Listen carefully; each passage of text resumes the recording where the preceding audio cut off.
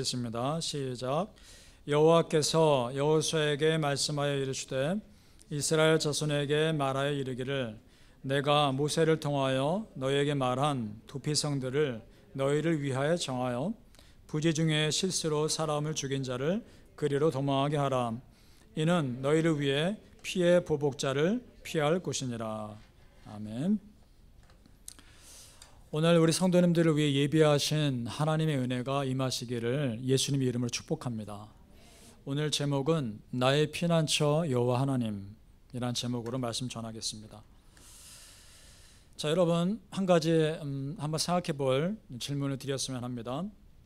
만약 여러분이 정말 긴급한 위기 상황에 처한다면 그 위기 상황이라고 한다는 것이 여러분의 생명이 좌우될 수 있는, 생명이 왔다 갔다 할 수 있는 그런 위기 상황이라면 그때 가장 먼저 생각나는 사람이 누굴까요?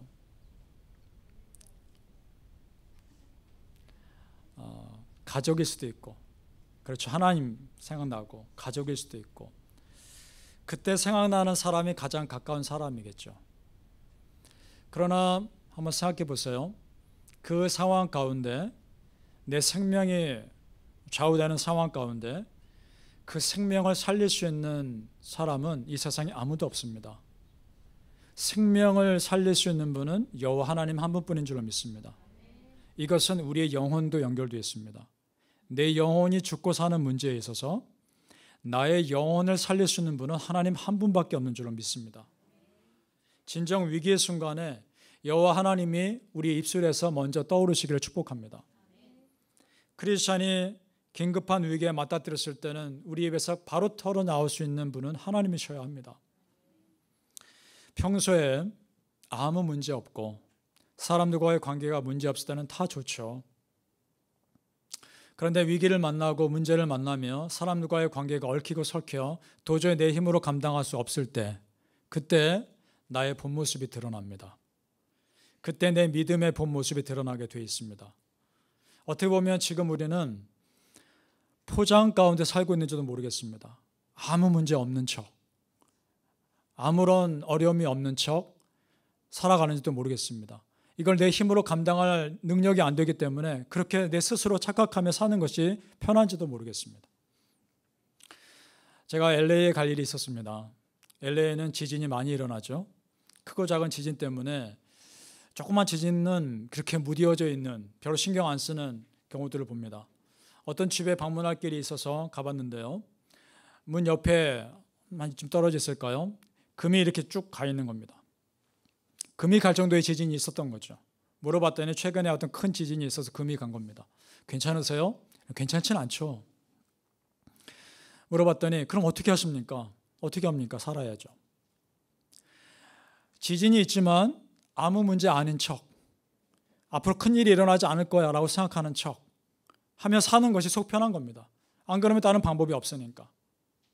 이걸 여러분 우리에게 적용해서 질문 드리고 싶습니다. 여러분 정말 아무 문제 없습니까? 여러분의 영혼은 안전하십니까? 여러분의 삶에 금이 간 곳은 없습니까? 묻고 싶습니다.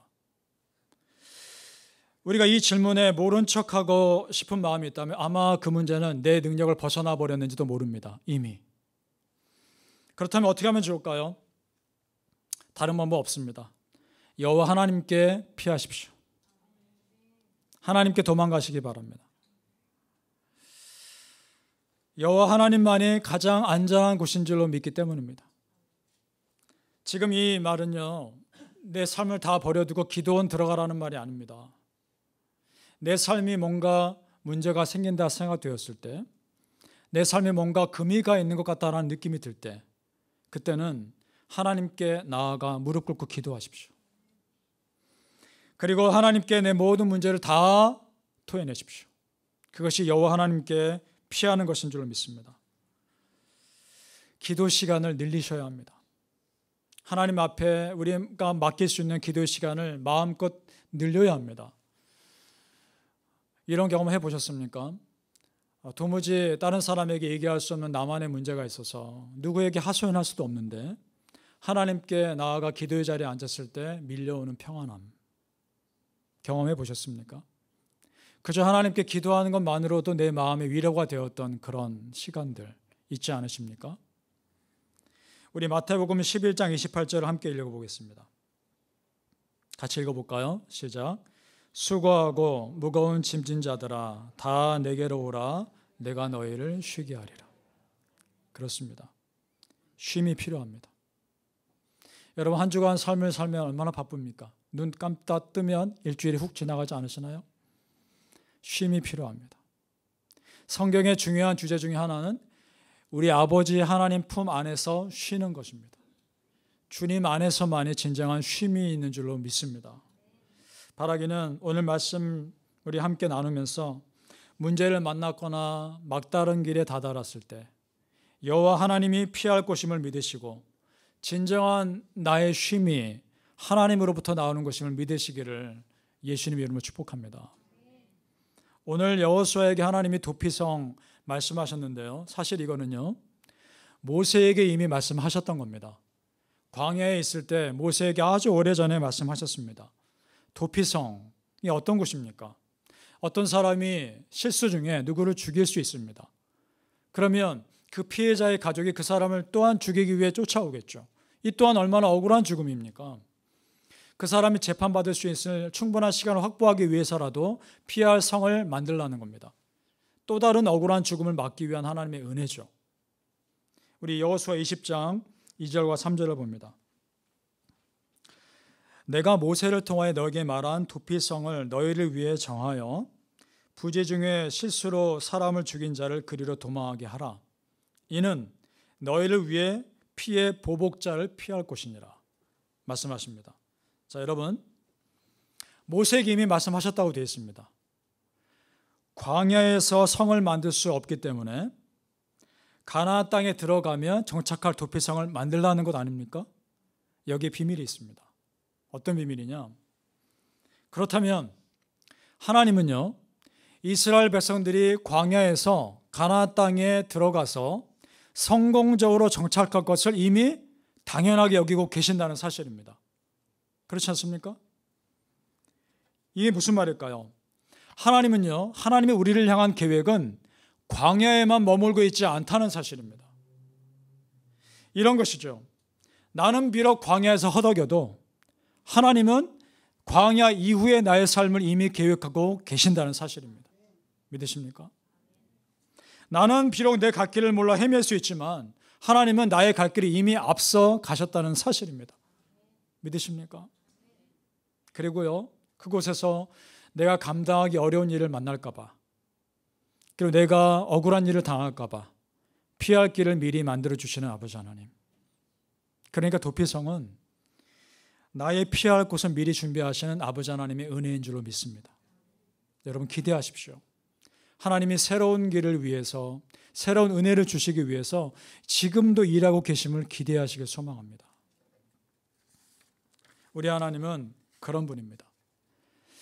내가 힘들 때 피할 곳이 있다는 거, 내가 어려울 때 기댈 수 있는 하나님이 계신다는 것, 그것이 은혜이고 감격입니다. 그 하나님이 나의 도피성 되어주신다는 것, 얼마나 놀라운 일입니까? 도피성 제도는요, 아주 실질적인 제도입니다. 어떻게 할 수 있느냐? 그 위치를 보면 압니다.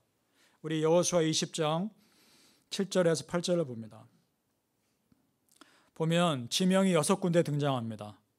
게데스, 세겜, 헤브론. 이것은 요단강을 기준으로 서쪽에 있습니다. 8절에 보니까 요단 동쪽에는요, 벳셀, 길랏, 라못, 바산, 골란이 있습니다. 지도를 보시면 더 정확히 알 수 있습니다. 요단강이라는 그 물줄기를 기준으로 동쪽에 3개, 서쪽에 3개입니다. 검게 표시되어 있는 것들이 도피성들입니다. 전부 몇 개입니까? 6개입니다. 동쪽에 3개, 서쪽에 3개, 공평하게 3개씩 있습니다. 그리고 도피성 사이의 거리를 보십시오. 어떤가요? 거의 비슷합니다. 그러니까 동쪽에서 억울한 일 당한 사람이 굳이 서쪽까지 올 필요 없고, 굳이 서쪽에서 억울한 사람이 동쪽까지 갈 필요도 없습니다. 이미 그곳에 있으니까. 그리고 거리가 똑같습니다. 어디나 하루 길 열심히 달려가면 도피성에 피할 수 있는 것입니다. 도망가다가 잡혀서 죽임당하는 일이 없도록 하나님이 곳곳에 일정 거리를 두고 도피성을 마련해 두신 겁니다. 아주 실제적으로 도움받을 수 있는 길을 준비해 두신 것이죠.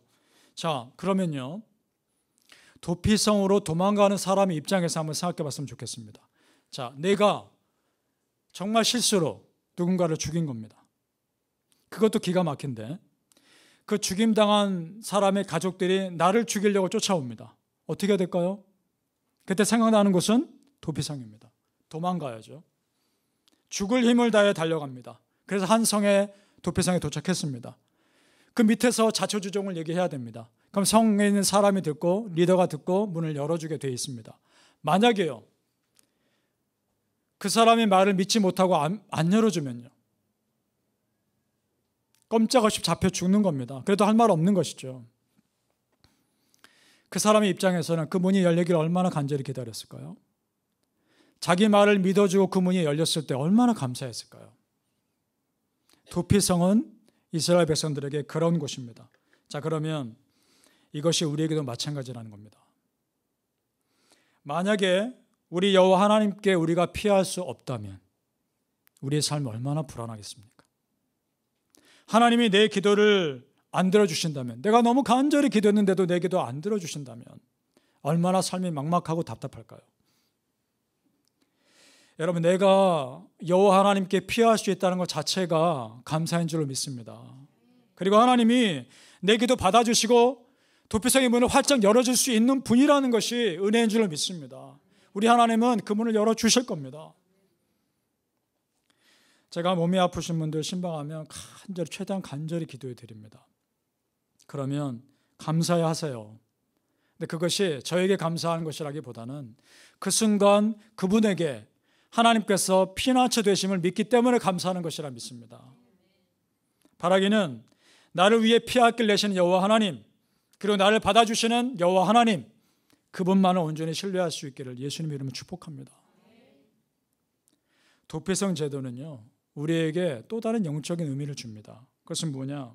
자, 우리 그림에서 보았듯이요, 도피성은 이스라엘 백성들 한가운데 있습니다. 저 멀리 광야에 있는 것도 아니고요, 산꼭대기에도 있는 것도 아니고, 이스라엘 백성들이 사는 한가운데 있습니다. 실제로 거기에 사람들이 삽니다. 마음만 먹으면 언제든지 갈 수 있는 곳입니다. 이것이 무슨 말입니까? 하나님의 도우심은, 하나님의 보호하심은 내 삶 속에 아주 실제한다는 사실입니다. 하나님은 내 삶에 직접 간섭하시는 그런 분인 줄 믿습니다. 여러분, 내가 여호와 하나님 믿는다는 것, 그것은 내 삶의 아주 실제적인 문제를 이 우주의 창조자이신 하나님께, 나의 창조주께 실제 맡기는 겁니다. 내가 해결할 수 없고 감당할 수 없는 문제 앞에 여호와 하나님께 피하는 것입니다. 나머지는 하나님께서 하실 줄 믿습니다. 내가 피할 곳이 없고 내 아버지가 나를 받아주실 분임을 확신한다는 것, 그것이 우리에게 힘과 위로가 되는 줄 믿습니다. 신약 성경에 보면 탕자 비유가 나옵니다. 어떤 아들이 있습니다. 그 아들이 아버지에게 요구합니다. 유산을 달랍니다. 참 못된 아들입니다. 여러분, 유산은 부모가 죽었을 때 받는 거 아닙니까? 그러면 그것을 이미 미리 달라고 한다는 건 무슨 뜻입니까? 참 못된 아들이죠. 그 아들이 고집이 셌던지 아버지가 유산을 물려줍니다. 그걸 잘 쓰면 모르겠는데 허랑방탕하게 돈을 다 낭비하죠. 그렇게 낭비하고 이제 갈 데 없고 돼지가 먹는 열매나 먹고 사는 그 아들이 딱 하나 잘한 것이 있습니다. 그것은 뭐냐? 내가 돌아가면 내 아버지가 나를 기다리고 있을 것이다. 내가 돌아가면 내 아버지가 나를 받아주실 것이다. 그걸 기억한 것이고 실제로 아버지에게 돌아간 것입니다. 그것은 잘한 것입니다. 그랬더니 어떤 일이 일어나나요? 누가복음 15장 20절에 보니까 이렇게 되어 있습니다. 이에 일어나서 아버지께로 돌아가니라. 아직도 거리가 먼데, 아마 동네 입구쯤에 왔겠죠. 그랬더니 저 멀리 보니까 아들이 온 겁니다. 먼데 아버지가 그를 보고 치근히 여겨 달려가 목을 안고 입을 맞추니, 아마 부둥켜 안고 울부짖었겠죠. 자, 근데 여러분 생각해 보십시오. 어느 날 아들이 생각나서 우연히 딱 그날 갔더니 그날 아들이 온 걸까요? 아닐 겁니다. 아마도 그 아버지는 이제 올까 저제 올까 생각하면 매일같이 그 동네 입구 쪽에 나가서 아들을 기다리지 않았을까요? 그렇게 매일같이 기다리는 어느 하루 그 아들이 나타난 겁니다. 너무나 반가워 체면 상관없이 아들을 향해 달려 뛰어갑니다. 그리고 그 아들을 다시 옷을 입히고 가락지를 끼우고 신발을 신기고 다시 아들을 회복시켜 준다는 것이 이 누가복음에 기록되어 있습니다. 왜 그 못된 아들을 다시 아들을 회복시켜 주었을까요? 아버지에게 그 아들은요, 누가 뭐래도 아들입니다. 이것이 우리에게도 마찬가지입니다. 내가 하고 싶은 대로 다 살다가, 내가 하고 싶은 욕심 다 채우며 세상 가운데 즐거움 가운데 살다가, 하나님께서 내게 주신 탤런트를 내 욕심 채우면서 살다가 그래도 여전히 채워지지 않는 갈급함이 있을 때, 여러분 기억하십시오. 돌아갈 아버지 품이 있다는 것을. 그리고 그 아버지가 여러분을 다시 받아주실 것을 기억하시기 바랍니다. 누가 뭐래도 여러분 하나님의 아들입니다. 누가 뭐래도 여러분 하나님의 딸입니다. 다시 아들로 딸로 회복시켜 주시리라 믿습니다. 우리 하나님 너무 멀리 계셔서 나와 상관없는 그런 분이 아닙니다. 내 삶에 아주 깊이 간섭하시는 그런 분입니다. 실제 도피성을 정할 때 사용한 단어가 특별한 단어입니다. 우리 오늘 2절 말씀 보면요, 이스라엘 자손에게 말하여 이르기를 내가 모세를 통해 너에게 말한 도피성을 너희를 위해 정하여라는 단어입니다. 정하여라는 단어. 이 단어는 사람에게 쓰는 단어입니다. 어떤 사물이나 물건에게 쓰는 단어가 아니라 사람에게 쓰는 단어입니다. 이런 겁니다. 누군가를 임명하다, 누군가를 정하다, 누군가에게 뭘 맡기다, 사람에게 맡기고 정할 때 쓰는 단어입니다. 도피성이 마치 인격체인 것처럼 지금 표현하고 있단 말입니다. 왜 그럴까요? 간단합니다. 다른 누구도 아닌 바로 하나님이 도피성이기 때문입니다. 나의 하나님이 나의 도피처이시기 때문입니다. 믿으십니까? 우리의 진정한 도피성은 여호와 하나님이신 줄 믿습니다. 시편 118편 8절 9절 말씀 같이 읽어봤으면 좋겠습니다. 시작. 여호와께 피하는 것이 사람을 신뢰하는 것보다 나으며 여호와께 피하는 것이 고관들을 신뢰하는 것보다 낫도다. 아멘. 믿으시죠? 여호와 하나님께 피하는 것이 살 길입니다. 그렇다면 기도하는 것이 살 길입니다. 그렇다면 예배하는 것이 살 길입니다. 바라기는 여호와 하나님이 여러분의 실제적인 도우심을 믿으시고 피난처임을 믿으시고 어떠한 어려운 상황이 있을 때 돌아갈 피난처인 여호와 하나님을 기억하시길 예수님의 이름으로 축복합니다. 이런 질문이 가능하죠. 만약에 도피성이 없었다면 얼마나 많은 사람들이 억울한 죽음을 당했을까요? 그럼 이 질문 이렇게 바꿀 수 있습니다. 만약에 나의 도피성이신 하나님을 내가 믿지 않았다면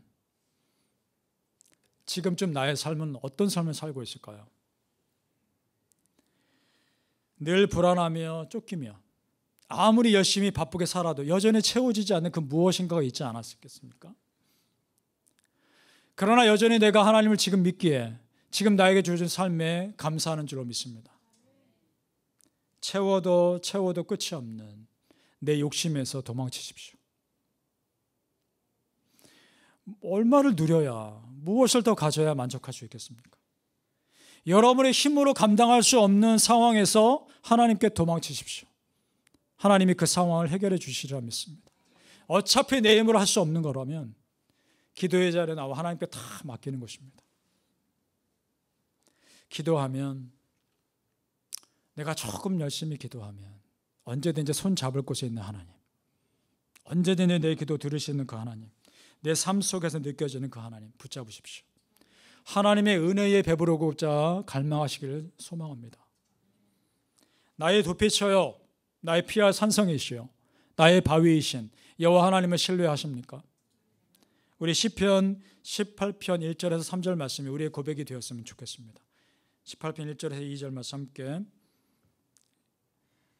정말 선포하는 마음으로 우리 같이 읽어봤으면 좋겠습니다. 시작.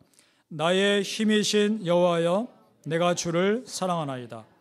여호와는 나의 반석이시요 나의 요새이시요 나를 건지시는 이시요 나의 하나님이시요 내가 그 안에 피할 나의 바위시요 나의 방패시요 나의 구원의 뿌리시요 나의 산성이시로다.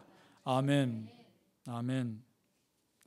우리 아버지 하나님의 보호하심 없이는 살 수 없습니다.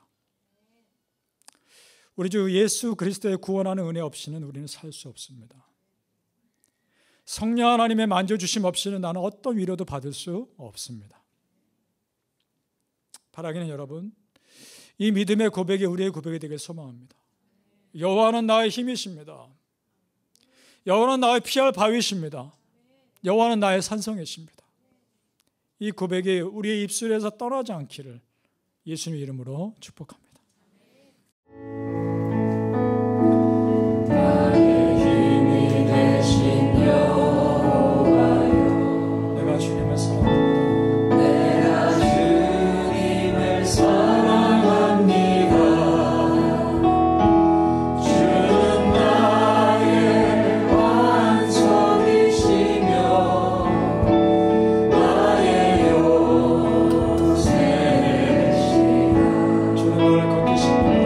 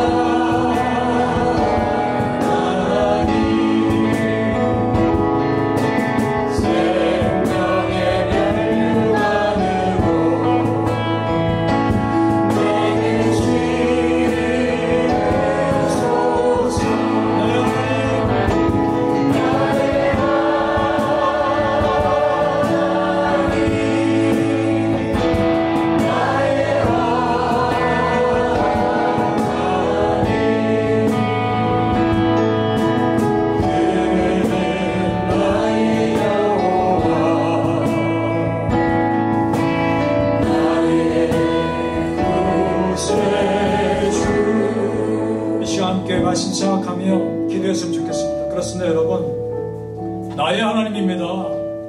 다른 누구의 하나님이 아니라 여러분의 하나님입니다. 여러분을 누구보다 잘 아시며 여러분이 하나님께 돌아오면 언제든지 품어주시는 아버지 하나님이십니다. 하나님, 내가 하나님을 온전히 신뢰하지 못했음을 회개합니다. 세상 것을 의지하며 세상 욕심에 분주했음을 회개합니다. 하나님, 믿는 자의 삶을 살게 하여 주옵소서. 하나님만을 붙잡는 삶을 살게 하여 주옵소서.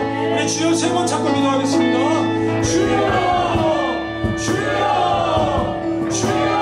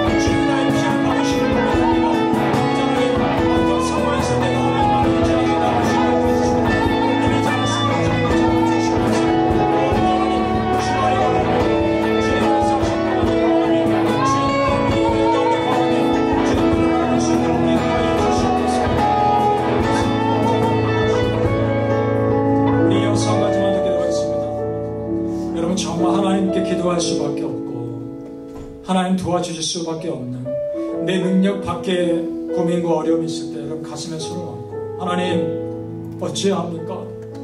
하나님께 도망치고 싶습니다. 하나님께 가은히 하나님 그 문을 열어주세요. 그리고 나를 받아주세요. 하나님 도와주세요. 이 가슴에 손을 얹고 기도하시고 몸이 연약한 분들은 아픈 곳에 손을 얹고 기도하시고 우리 아버지 하나님의 치유하심과 만져주신 은혜가 있을 것을 믿고 우리 주 예수 그리스도의 십자가의 보혈을 의지하여 우리 주여 세 번 찾고 간절히 기도하겠습니다. 주여, 주여.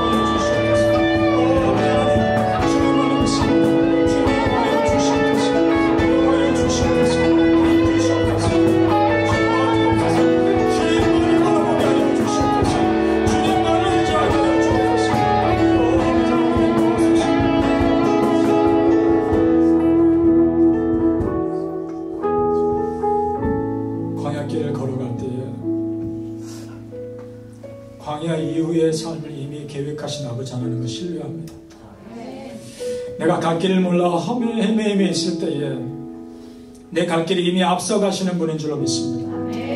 아버지 하나님, 그래도 돌아가면 아버지가 나를 품어주실 것을 믿기에, 그래도 회개하면 아버지가 나를 용서해 주실 것을 믿기에 오늘도 내가 기도하면 하나님께서 나를 품어주실 것을 믿기에 그것이 위로입니다. 그것이 감사입니다. 그 아버지 하나님이 나의 아버지 하나님이시 너무 감사합니다. 그 아버지 하나님이 내 옆에 계심이 너무나 힘이 됩니다. 하나님 힘 주시옵소서. 어떤 상황에서도 그 아버지를 기억하게 하여 주옵소서. 하나님이 나의 피난처이십니다. 주님이 나의 피할 바위이십니다. 나의 요새이십니다. 선포하는 그런 믿음의 사람들 다 되게 하여 주옵소서. 이 시간 우리를 십자가의 보혈로 덮어주시옵소서. 나사렛 예수의 이름으로 명하노니 우리의 마음을 어지럽게 하며 어둡게 하며 낙심하게 하는 모든 어둠의 영들아 떠나갈지어다. 떠나갈지어다. 육신의 건강을 허락하여 주시옵소서. 연약함을 치료하여 주시옵소서. 주님만을 붙잡게 하여 주시옵소서.